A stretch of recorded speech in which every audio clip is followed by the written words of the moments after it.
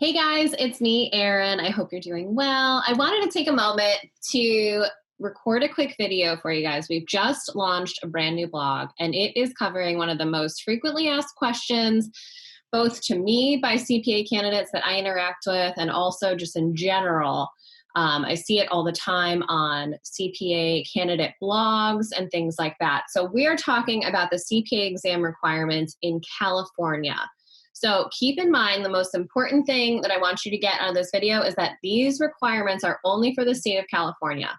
So if you are located or planning to test in any of the other states, please be sure to check your state board of accountancy website, your state society website. All of those will have some specifics, but we'll talk in general, and I'll talk to some of the very specific things that only apply to California. So one of the questions that I get are, what are the requirements to sit for the exam in California? To be clear, this is just to sit for the exam, not to become licensed. So you have to have a bachelor's degree in the state of California in order to sit for the CPA exam. That doesn't have to be in an accounting major specifically, but it does have to have 24 units of accounting in that 120 hours that go towards your bachelor's degree. So 24 units in accounting and also 24 units in other business related subjects. So you could sit for this exam as, say, a business major with an accounting or potentially finance minor, so long as you meet those 24 units of accounting requirements and then the other 24 units in business topics.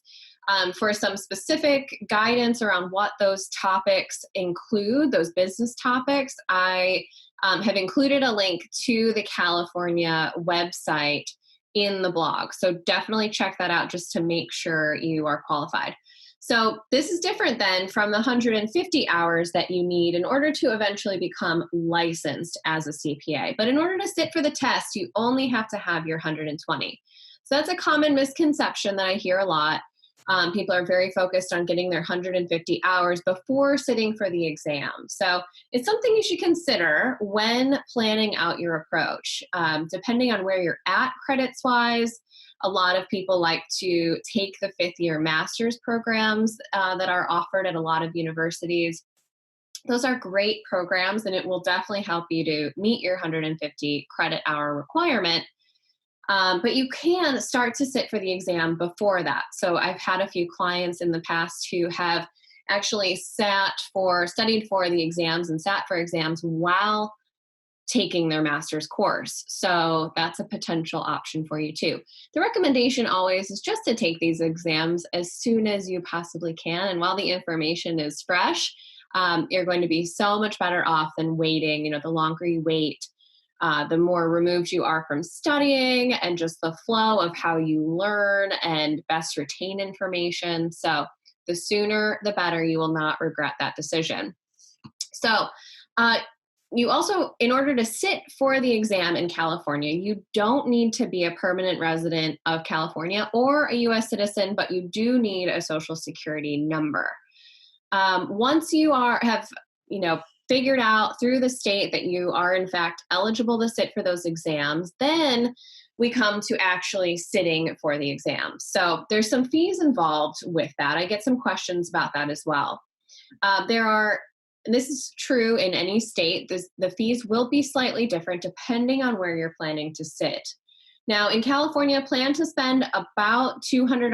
I think the exact amount is like $210, somewhere around that for each exam. Now, in addition to each of those exam fees, you will have some initial application fees, also some fees to reapply should you take and fail an exam and need to do a retake. So you are going to be fronting some money to sit for this exam, not only for the exam fees, but of course for your study materials as well.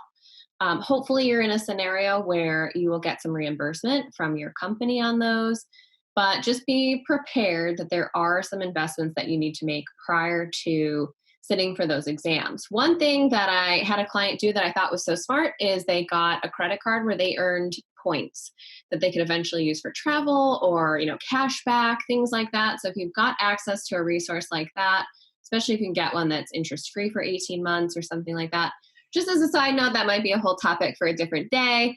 But that's pretty cool because then you're earning points for all these fees that you're spending, and hopefully they'll get reimbursed in the end. Now, some states, California being one of them, will require, as I said, that initial application fee. Another way that you can save yourself some money is to apply for multiple exams at once.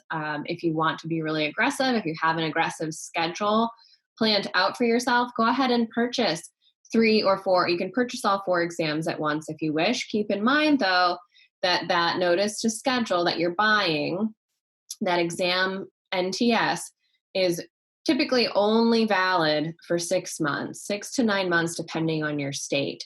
So in that scenario, if you're not planning to sit for all 4 exams within 6 months, I would only purchase maybe 2 at a time, 3, again, depending on your schedule. But that way you only have to pay that initial exam fee once or twice, not 4 times if you buy them individually.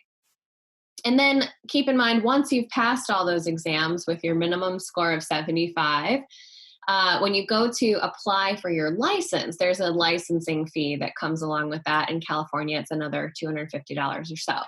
But like I said, if you're earning those reward points, it's not so painful. In addition to these 4 exams in California, we have an ethics exam that you have to pass. This is a take-home test. You get the exam plus a really hefty PDF document, which is the ethics code for California. So you get 3 chances to pass that exam. And if you aren't successful in those first 3 chances, then you reach out to the state, they'll give you 3 more chances to pass before you have to submit or repay for that portion of the exam.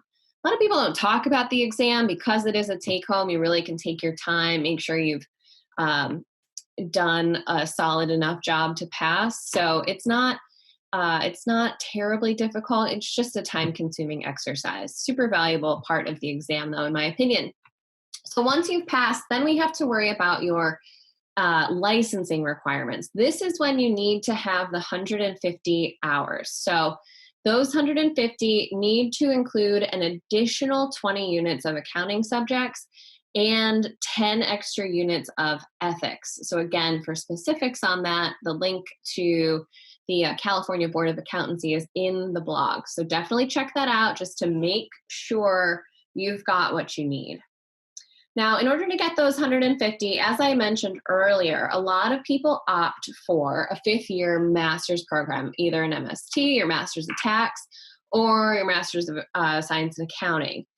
Both of those programs are super valuable. They were really, in my opinion, they were born out of this need to get students 150 hours in order to meet that licensing requirement. So they are definitely going to help you to get that 150 hours. They are very streamlined with your undergrad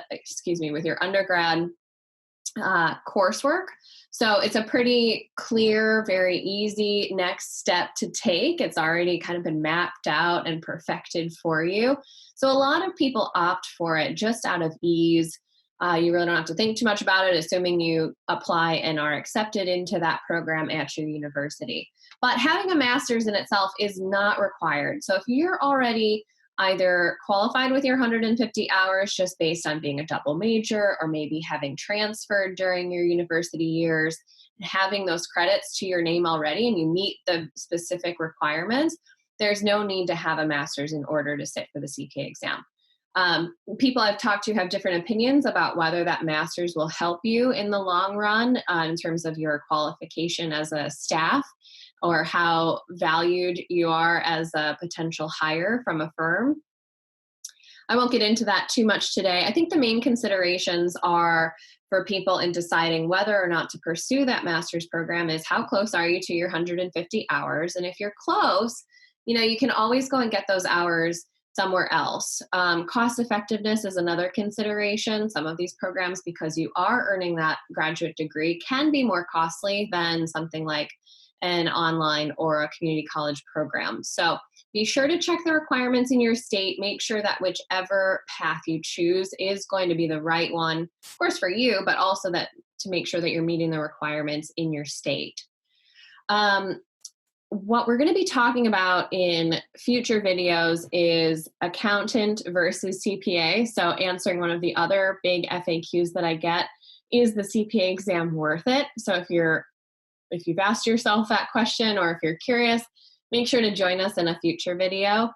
But in the meantime, I've attached a link where you can download our free guide. So once you get into actually studying for, preparing for these exams, you're going to want to check out this guide where we map out the top 10 mistakes that candidates make that kill their chances of passing the exam.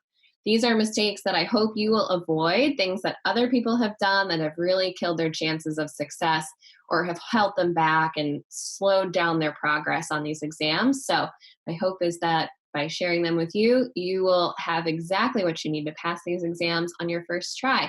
Be sure to click the link below and download it today. Send in your questions. Also, follow me on Instagram. I'm at Well Balanced Accountants. And if you have questions regarding the CPA exam, send them in, comment, DM me, and I will make sure to address them. Have a great day.